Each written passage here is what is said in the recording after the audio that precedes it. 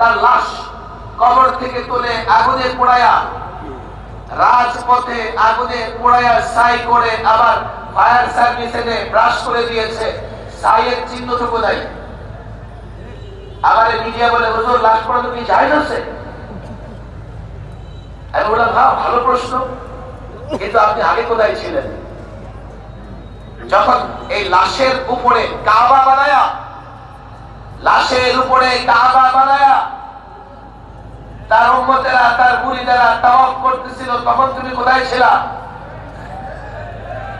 তখন তুমি কেন জানতে আসলা না এই কবরের উপরে কাবা বানায়া তাওয়াফ করা যায় কিনা? কেন জানতে আসলা না? আমি মিডিয়াকে বলেছি আমি জানি রাজবাড়ির ঘটনা।